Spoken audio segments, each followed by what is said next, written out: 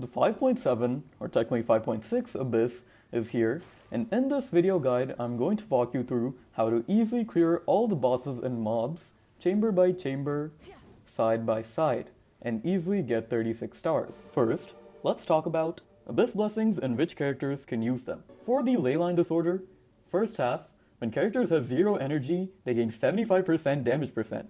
The only character that can currently benefit from this is Mavuika. Second half, characters' normal attack cryo damage is increased by 75%. This heavily benefits Ridsley and probably even Skirk. Ayaka and Ganyu don't really gain much from this. So the enemy lineup for side 1. Chamber 1 is the Spiritspeaker lady who has high cryo resistances and requires fast pyro application to break her reflections. So bring pyro or bring Xiangling. Chamber 2 are 3 Yumkasaur Saurians followed by the Yumkasaur boss. For this you need some pyro at least to blow up his balls and do massive damage. Bring some Hydro, I'll tell you why later. And also, don't bring all Hytham or Tighnari. Chamber 3 is our Fontanian Dancer boss, the Coppelius, but first it is 3 annoying ass Meks. So bring some crowd control or bring Osea, okay? That'll stop them from moving and will also one-shot Coppelius' shield. And if you can, bring some pyro, and don't bring Cryo or Anemo because he has high resistances against those elements. I'll get into more details once we actually reach that part of the video, so just hold on for now. General tips for side 2. Chamber 1 is DPMA. No restrictions as such, just a DPS check, although it does have higher physical resistances for the 4 Eula mains out there.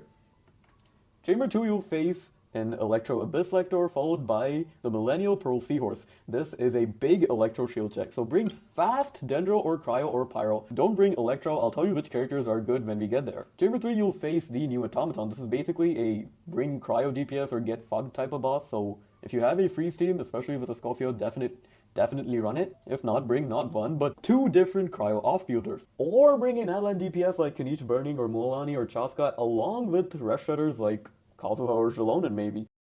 Okay, enough yapping, let's start. So first there's 2 Fatui Sisson mages, okay? They can be really annoying if you don't kill them fast enough, so crowd control from Venti/Kazuha really helps. If not, a little bit of AoE is nice, or Zhongli can petrify the fuck out of them. You just need good positioning, so move to the left and try to stagger them so they don't create a shield. You can reset a couple times if needed be. They both should be dead within like 20 to 25 seconds max. Next is the big boss. Let me quickly explain her mechanics because she is still fairly new to the Abyss. So she has 70% cryo resistances, so don't bring a cryo DPS. When she spawns in, she's immediately going to split into 4 reflections of hers, and they all take turns attacking you, and they do teleport to you. These reflections have 8 units of a cryo shield, same as cryo slimes. They need to destroy to weaken the boss. 4 units of pyro is enough for that, and burst rate against it. Bennett QE is enough, basically. Electro also helps break it. Destroying each reflection will make her appear for 4 seconds, where you can do some damage, but don't focus on that.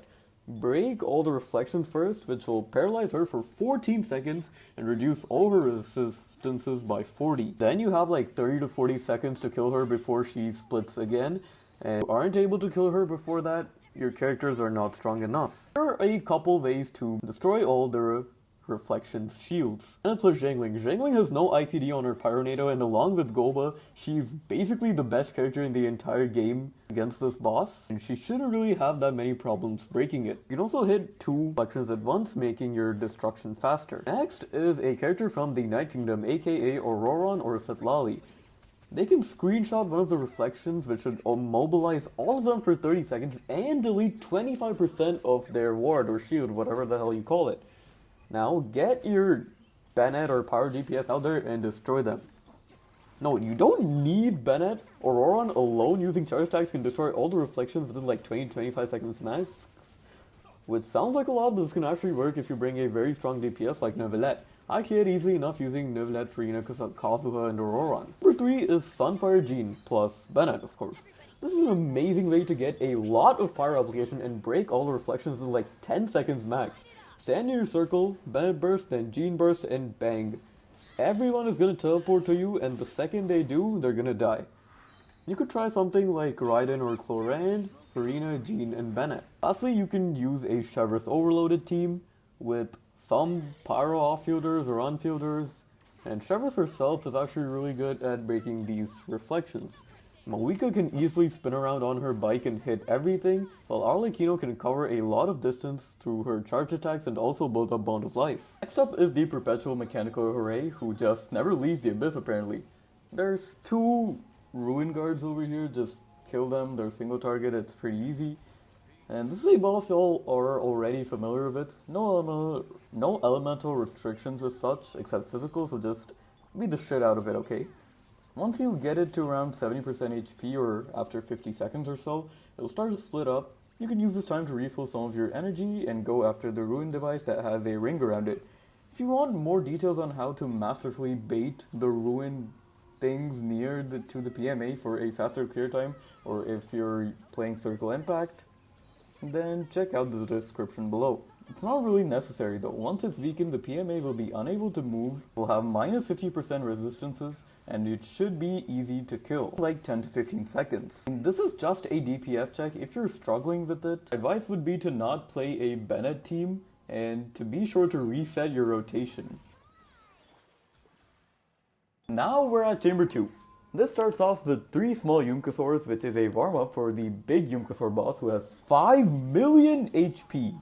These 3 guys group up fairly easily. They're not as annoying as Chamber 3 at least. Just go to the left or right, or you can hug the edge of the Abyss and they will swing to you. And characters that do at least a little bit of AoE damage like Arlecchino or C6 Gumming are recommended rather than pure single target like Chasco or Yoimiya, of course. Recommendations obviously bring Pyro to blast the Yumkasaur's balls. Bring a good Hydro Applier like Xingqiu or Farina. 3 flamethrowers at you and they're hit really hard, so just dash out of the way or stay really close to him to dodge those. Eventually he's gonna drop some balls, you need to apply pyro on them to ignite them and they're gonna do massive damage to him. Now if you apply hydro onto the boss, the pyro damage from the balls bursting is going to trigger vape and that's going to do 1.5 times more damage than it would have done. One more cool trick is that if you have Kazuha and don't have any other pyro, Kazuha can absorb pyro into his burst by swirling pyro from the floor. This also allows your Hydro DPS to trigger forward vape and do a lot more damage. Apart from this, it has one very annoying spinning attack where if you're not shielded, you're gonna get knocked back by a lot. And it's also annoying if you play Circle Impact. Just wait for some time until he reaches the edge and only then can you use all your abilities and maybe try to kill him. If you use any kind of pyro DPS in a vape team, a good vape team, or a good national team, you shouldn't have that many problems beating the Yumkasaur boss, assuming your Zhangling is well built. Now for the second half. This is one of the most annoying chambers ever. So for the Lector, first of all, damaging him until he gains a shield shouldn't be hard at all. He has some attacks that you can dodge. Once he gets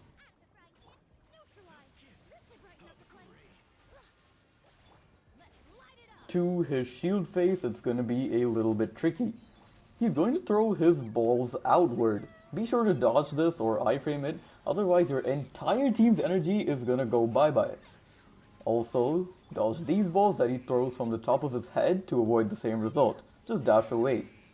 After applying enough cryo or pyro, there will be the Seahorse, who's also a pain in the ass. For a few seconds you can't really do anything, so just try and get your energy back maybe. It has 19 units of an Electro shield that increases all of its resistances by 80%. You should know that Kazuha's burst, Zhangling's burst apart from the first 2 hits, and Nahida's skill do not work on this, which absolutely sucks. So you have a couple good options to break the shield. Any team that has Emily in it is absolutely amazing against this boss. She applies so much Dendro, and usually she uses burning, so Dendro and Pyro and a Pyro aura because of burning, okay, that melts the shield. You could say the same thing with a freeze team. It's so much cryo application from like 2 or 3 cryo characters that you really shouldn't have much of an issue breaking it, if you're running a good freeze team that is. If you don't break it in time, he's going to go up in the air and summon these 3 balls and create all these electro fields on the ground that are going to damage you, so you need to destroy these balls. Thankfully, you can destroy them fairly easily, but usually if you're not able to break shield before he flies up into the air, then I really don't think you're going to be getting a 90-second clear. Now, it's paralyzed for 5 seconds, yep, only 5 seconds, and you have exactly 20 seconds to beat it before it gets its shield back. You absolutely need to kill him before he gets his shield back. If not, you are not getting 36 stars. You also are going to need a lot of damage. But if you do have the holy trinity of 5-star supports, Furina, Jelona, and Kazuha. Furina might be replaced in some teams, but what these characters can do is they can simply shred the resistance of the Millennial Pearl Seahorse. Kazuha from VV and Jelona from her skill shred a lot of resistance, and with this resistance shred, many DPSs should be able to brute force it without even taking out the shield. I mean, this is not a recommended method, but can be used and definitely can work well. Now it is finally time for the final chamber. Staff are 3 Meks and the Coppelius. Recommendations obviously bring Cryo and Osea characters. They can stop the Meks from moving around like crazy and also one-shot Coppelius shield. Furina or Chevreuse are the most common Osea options, although Navia and Chlorand can also be used. He's going to be an easy target in the center while his wife is going to dance around throwing Cryo and Anemo attacks at you. Once again, if you're using Bennett, please dodge the shield, otherwise you're going to get melted. He's going to periodically get a really small breakable cryo shield. Furina's one singular normal attack can simply delete his shield, so it shouldn't be a problem even without Osea. Side-wise, chances are you've got Bennett and Jangling on your team, so use them and finish him off. Watching is required though, especially if you're staying inside Bennett's circlet. So this is much easier than Chamber 2 in my opinion, and you should be fine. And finally, we come to the last chamber final half. The new debut boss, the Cryo Automaton. Okay. Anyway, as I've told you before, this is the bring Cryo DPS or get fucked boss. There are some other ways to do it though, so no. So first, it immediately goes into the sleeper mode and gains a Fury Bar. This Fury Bar starts off a little bit filled, and now it gains 2 points every second, and 4 points are lost whenever you deal a cryo hit, not application.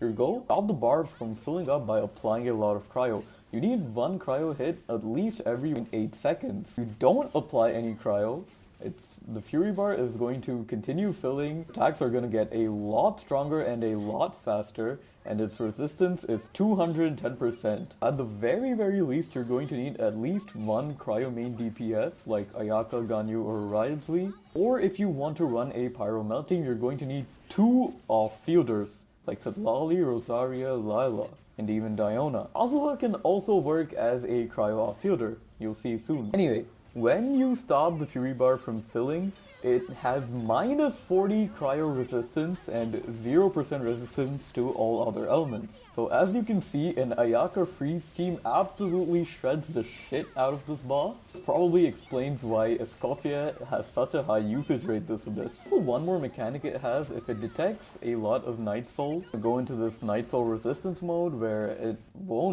it'll stop spinning, but its attacks will still be pretty lethal and will require strong shielding or dodging. Its resistances will be reduced to 50%, so you could maybe try using Mualani or Kanich, but I don't recommend it. So the 2 main ways to deal with this boss are a premium freeze team with characters like Furina, Shenhe, Escoffier, Kazuha, Ganyu, Ayaka, etc. and a Pyro forward melt team along with Bennett and 2 other cryo off-fielders or 1 cryo off-fielder and Kazuha. Run melt comps such as Alekino, Rosaria, Citlali, Bennett, or Gaming, Citlali, Kazuha, Bennett. You get what I mean. Kazuha's cryo absorb burst works absolutely beautifully against this boss, and it can also stop you from needing to run another cryo, bubble swirl, and give you all his buffs. Lastly, I've seen some clears on YouTube that somehow clear with a hyper fridge team. I tried it out and it really didn't work well at all, so do not try it, okay? I mean, you can, but running a pyro DPS like Alekino or a hydro DPS like Citlali along with Bennett or Furina, and then Lila as your shielder and cryo applier along with Kazuha, I feel is the best way to do it if you don't own a cryo DPS. Lali will obviously be better than Lila, but you should be fine. This is one of those bosses where if you stick to the mechanic and fight it how you're supposed to fight it, you'll have absolutely no problems. So that was it for this guide. I know, it's a really hard abyss with a lot of HP. If you do have the right units, it shouldn't be that hard. Just need Bennett or Zhangling on the first half or a Pyro DPS. For the second half, if you have Freeze, use it. If not, Wayward Melt with 2 Cryo. If not, an Atlan DPS. If not, get good at the game.